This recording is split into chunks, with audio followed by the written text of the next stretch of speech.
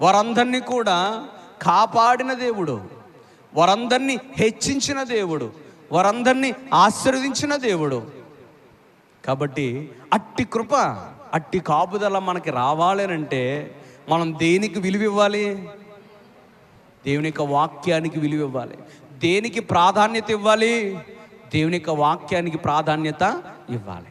ఈ సందర్భం చదివినప్పుడు దేవుడు ఎంత కేర్ తీసుకున్నాడో చూడండి, ఎంత కేర్ తీసుకున్నాడో. దేవుని యొక్క వాక్యము వారి మధ్యలోనికి వస్తూ ఉన్నప్పుడు మిమ్మల్ని మీరు పరిశుద్ధపరచుకోండి అన్నాడండి. మిమ్మల్ని మీరు పరిశుద్ధపరచుకోండి, మీ బట్టలు ఉతుక్కోండి. ఈ రోజున మనము దేవుని సన్నిధికి వస్తున్నప్పుడు, దేవుని మందిరములో దేవుని యొక్క వాక్యాన్ని వినడానికి, దేవుని స్తుతించడానికి, దేవుని మహిమపరచడానికి మనం సిద్ధపడి వస్తున్నప్పుడు చాలా పవిత్రంగా రావాలి. వాళ్ళు వణుకుపోయారటండి.